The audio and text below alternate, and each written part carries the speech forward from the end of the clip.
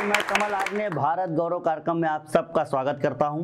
पूरी दुनिया के इतिहास में अगर बलिदानी इतिहास की बात की जाए और भारत का इतिहास हटा दिया जाए तो निश्चित रूप से दुनिया के बलिदान का इतिहास आधा रह जाएगा। लेकिन अगर भारत के बलिदानी इतिहास में से राजस्थान का पन्ना हटा दिया जाए तो भारत के बलिदान का इतिहास भी आधा रह जाएगा। इसी बलिदानी राजस्थान से एक कथा हमारे बीच में आती है कि एक माँ अपनी स्वामी भक्ति में और अपने राष्ट्र की रक्षा में अपने पुत्र का बलिदान कर देती है। हमारी धाय यूं भी देश का सम्मान करती है, हमारी धाय भी यूं देश का सम्मान करती है, समर में भी भवानी का ही बस आह्वान करती है। कहां से शौर्य लाती है गजब का देश की माता, जरूरत हो तो अपने पुत्र का बलिदान करती है, जरूरत हो तो अपने पुत्र का बलिदान करती है। इसी बलिदान की कथा को अपनी कविता से स्वर्ण अक्षरों में अंकित करने वाले देश के ओजस्वी धारा के बड़े प्रसिद्ध कवि मेरे छोटे भाई देवेंद्र प्रताप आग को पन्ना धाय की कविता के लिए भारत गौरव के मंच पर आमंत्रित करता हूं।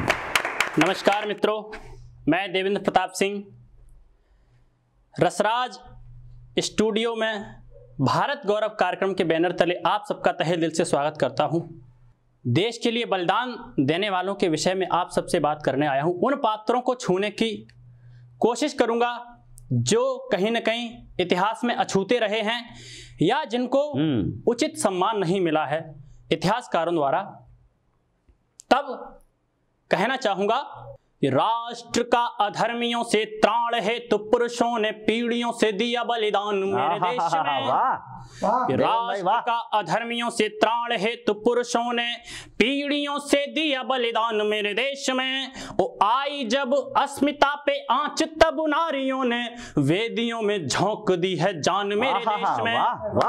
राष्ट्र का अधर्मियों से त्राण है तो पुरुषों ने पीढ़ियों से दिया बलिदान मेरे देश में। वो आई जब अस्मिता पे आंच तब नारियों ने वेदियों में झोंक दी है जान मेरे देश में। वो स्वार्थ वाली स्याहियों ने संस्कारों को बेचकर लिखा हो किसी को भी महान मेरे देश में।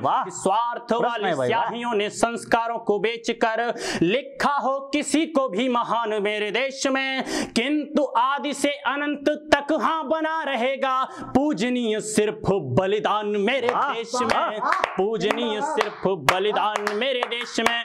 हमारा दुर्भाग्य ये रहा है कि उन्नति की राहों में ही खुद अवरोध थमाकर चले गए, पुरखों को पाखंडी कह व्यर्थ विरोध थमाकर चले गए। उन्नति की राहों में ही खुद अवरोध थमाकर चले गए, पुरखों को पाखंडी कह व्यर्थ विरोध थमाकर चले गए।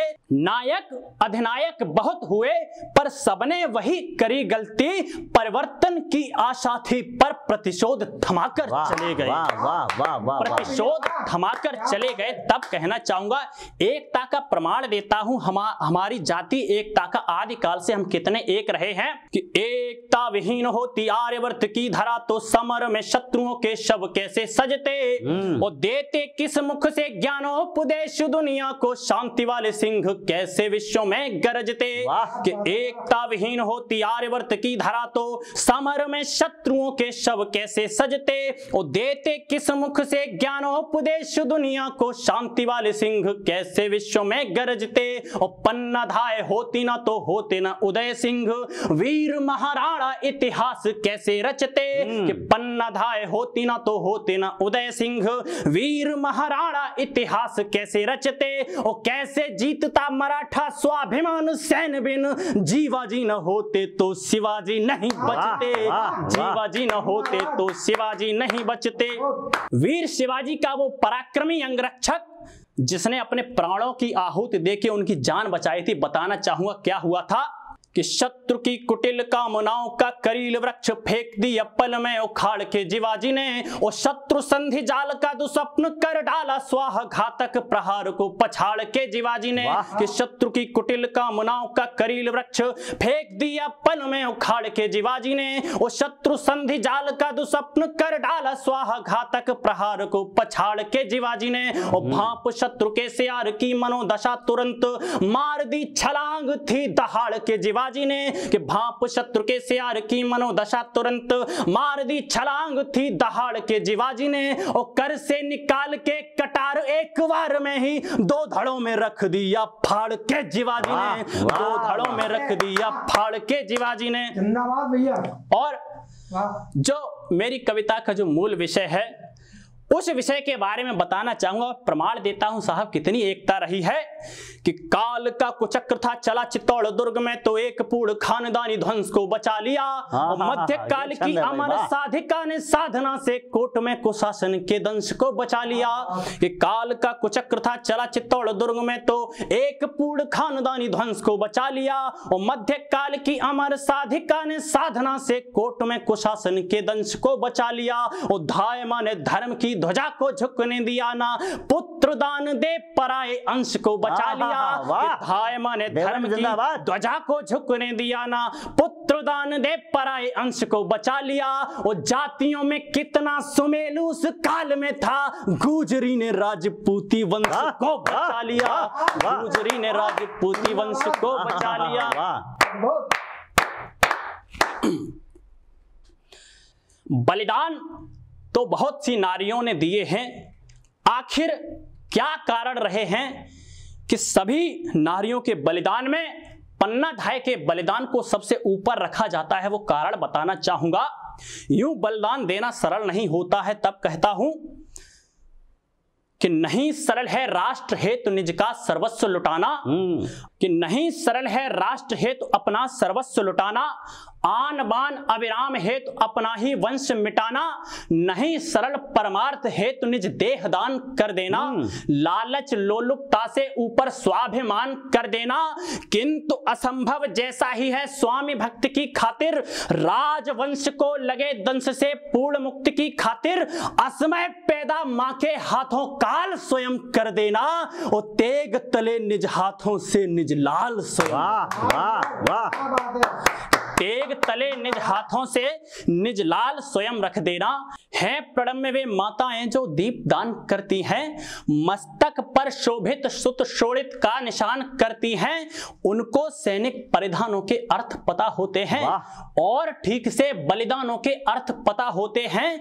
किंतु मात के सम्मुख यदि हो शत्रु बड़ा आघाती और बना हो सुत के प्राणों का वह शत्रु प्रघाती, तो बनकर सिंहनी स्वयं ही मां आगे आएगी, सुत पर शत्रु उठा तो उसकी छाती अड़ जाएगी, काल शत्रु का फिर मां के हाथों परिवर्तन होगा, हाथ लगा भी दे सुत को ऐसा सामर्थ्य न होगा, वह कल्पित करील उस पापी का उखाड़ रख देगी, और शस्त्र हो तो नाखूनों से वक्ष फाड़।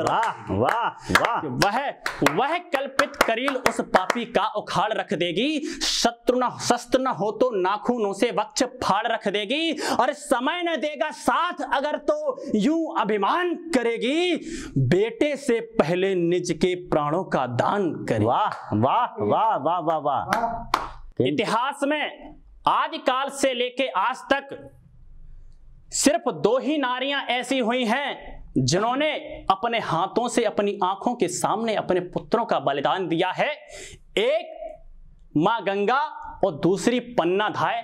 तब कहना चाहूंगा साहब, किंतु हुई हैं उलट यहां कुछ ऐसी भी घटनाएं लिखी जिन्होंने काल पृष्ठ पर अतुलित यश गाथाएं, स्वामी भक्ति की पराकाष्ठा के अध्याय लिखे हैं, और उसी में ममता के कुछ नव पर्याय लिखे हैं। मध्य काल के भारत की वह एक अनोखी गाथा सुनकर जिसे ठनक उठता है आज सभी का माथा, वह सिसोदिया राजवंश की दारुण दग्ध कहानी, जहां समय ने दिखलाई थी अपनी कुटिल रवानी। अरे हे ईश्वर वरदान नहीं मैं मांग रहा हूं भिक्षा, अरे कभी न लेना किसी मात की ऐसी अग्नि परीक्षा।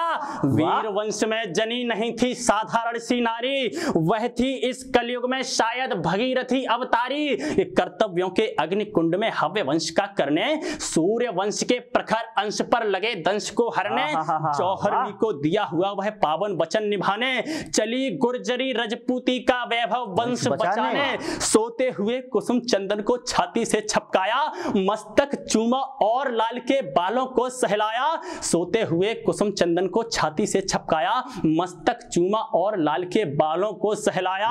अरे हाय नियत ने क्रूर रूप ले मां का भाग्य छला था, ममता स्वामी भक्त में कितना दारुण द्वंद चला था, मगर अंततः स्वामी भक्त की ही तो जीत हुई थी। अग्नि सेज को सजा मात उस पर आसीन हुई थी, उदय कुंवर को सजा सेज पर अपना पुत्र लिटाया, छुपा टोकरी में कीरत के साथ कुंवर भिजवाया। अरे अट्टा हंस करता आया था तभी दुष्ट व्यभिचारी, वह बनवीर नराधम होकर कर में लिए कटारी। अरे दग्ध विकल माता को लेकिन एक बात का भय था, अश्रु बहे तो दुष्ट जाएगा जान, सभी कुछ तय था। मां सचेत थी तभी कक्ष में घुसा दुष्ट हत्यारा, कहां कुंवर है हटने का फिर मां को किया है इशारा। अरे नीच होकर मधांध क्यों पाप चलाया है करने, धाय भले हूं मगर नहीं मैं दूंगी उसको मरने। बड़ा सेज की ओर दुष्ट मां को था धक्का मारा, नहीं हृदय में दया भाव था लिए दुष्ट हत्यारा। और निर्मम ने मद में अंधा होकर के वार किया था, काट शीश को कुंवर समझकर चंदन मार दिया था। अरे देख रही असहाय मात सुत की यह चिर निद्राई, वचनबद्ध कर्तव्य परायण चीख भी नहीं पाई, वचनबद्ध कर्तव्य परायण चीख भी नहीं पाई। अरे जीती स्वामी भक्ति लेकिन ममता ने संयम हारा, और बह निकली मां के आंचल से तप्त दुग्ध की। वाह वाह वाह। जीती स्वामी भक्ति लेकिन ममता ने संयम हारा, बह निकली मां के आंचल से तप्त दुग्ध की धारा। अरे नहीं नहीं यह हार नहीं थी माता की ममता की, लिखी कहानी गई यहाँ पर ममता की समता की। एक पुत्र को उसके हक का ही अधिकार दिया था और दूसरे को बलिदानी का उपहार दिया था, एक दीप को सूरज के जैसा स्वामित्व दिया था। उस दिन मां ने मौत नहीं सुत को अमरत्व दिया। वाह वाह वाह वाह वाह।